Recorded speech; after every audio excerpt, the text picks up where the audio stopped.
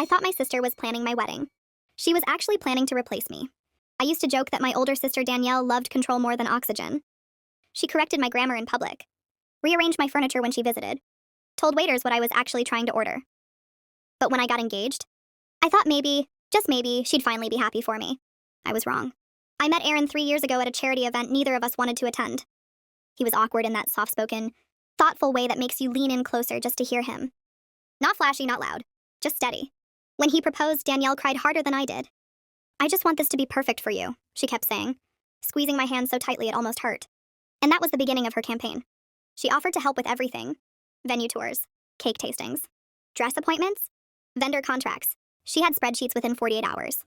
Color palettes, backup florists, rain plans. I thought she was being supportive. What she was actually doing was positioning herself. It started small. She'd answer vendor emails before I could. She'd accidentally tell people the wrong dates so she could correct them. She insisted on meeting Aaron alone to coordinate a surprise. One afternoon, I came home early from work and heard her voice in my kitchen. "I just think she gets overwhelmed easily," Danielle was saying softly. She wasn't talking to me. She was talking to Aaron. I paused in the hallway. "I've always taken care of her," Danielle continued. "She spirals. You've probably noticed." "Spirals?" Aaron sounded hesitant. "She seems fine to me." "She hides it," Danielle said quickly. "She always has." That was the first crack in my stomach. Later, I asked her what that conversation was about. She smiled like I was adorable. "Oh, honey, I was just reassuring him. Weddings are stressful." "Reassuring him about what?" "That I was unstable?" I tried to ignore it. Then things escalated. Vendors started copying Danielle instead of me. The florist called her the bride once. I corrected her, laughing. Danielle didn't. She just said it's basically the same thing. "I'm handling most of it." Aaron started asking strange questions. "Are you sure you want 200 guests?" Danielle said big crowds make you anxious. I never said that. "She mentioned you had panic attacks in college." I stared at him. "I've never had a panic attack in my life."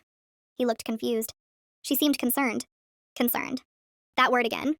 Then I found the email. I was using Danielle's laptop because mine had died. She had left her inbox open. A draft email to Aaron. Subject: "I don't know how to say this." I shouldn't have read it. But I did. "She's not ready for marriage. I'm scared she's repeating old patterns. I've covered for her for years. I can't keep protecting her if she implodes." "Implodes? Covered for me?" There was nothing to cover.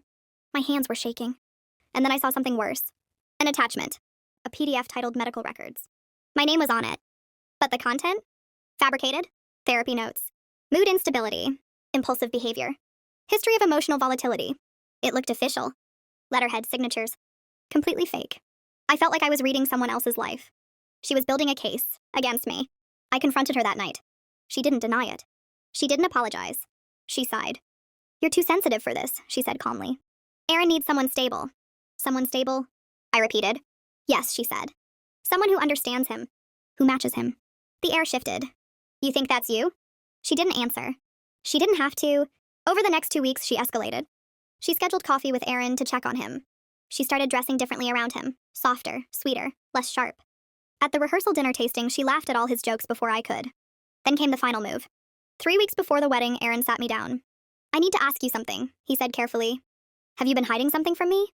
I felt my chest tighten. "No." He slid printed papers across the table. "The fake medical records?" "I got these anonymously," he said. "Anonymous. Of course. They say you've been struggling." I couldn't even process the betrayal. It was too large. "Do you believe this?" I asked him quietly. He hesitated. That hesitation broke something inside me. Instead of screaming, I said, "Come with me." I drove him to my childhood home. My mom answered the door, confused. I handed her the papers. She read them slowly, then looked at Danielle, who had followed us there. "What is this?" my mom asked sharply. Danielle's composure cracked for the first time. "She's not stable," Danielle snapped. "She never has been. I've had to manage her emotions since we were kids." "That's not true," my mom said firmly. "Yes, it is," Danielle yelled. "You just don't see it because you favor her." This wasn't about my wedding. This was about years of resentment. I finally understood. Danielle didn't want to replace me. She wanted my life. She wanted the stable relationship. The spotlight. The proof that she wasn't the one who always had to be in control. And here's the twist she didn't expect. Aaron turned to her and said, "You forged medical records." She tried to backtrack. "I was protecting you." "From what?" he asked. "Her being happy?" Silence. Heavy, final. The wedding was postponed. Not because of me. Because Aaron needed time to process the manipulation. Danielle moved out of our parents' house 2 weeks later after a screaming match I didn't witness. And me? I learned something terrifying. Sabotage doesn't always come from strangers. Sometimes it comes from the person who volunteers to hold your bouquet. Aaron and I did get married. A year later. Smaller wedding. No planner. No spreadsheets, no sister. Danielle wasn't invited. Last I heard, she tells people I cut her off for no reason. And honestly, I let her. Because the people who know the truth don't need convincing. And the people who believe her can have her.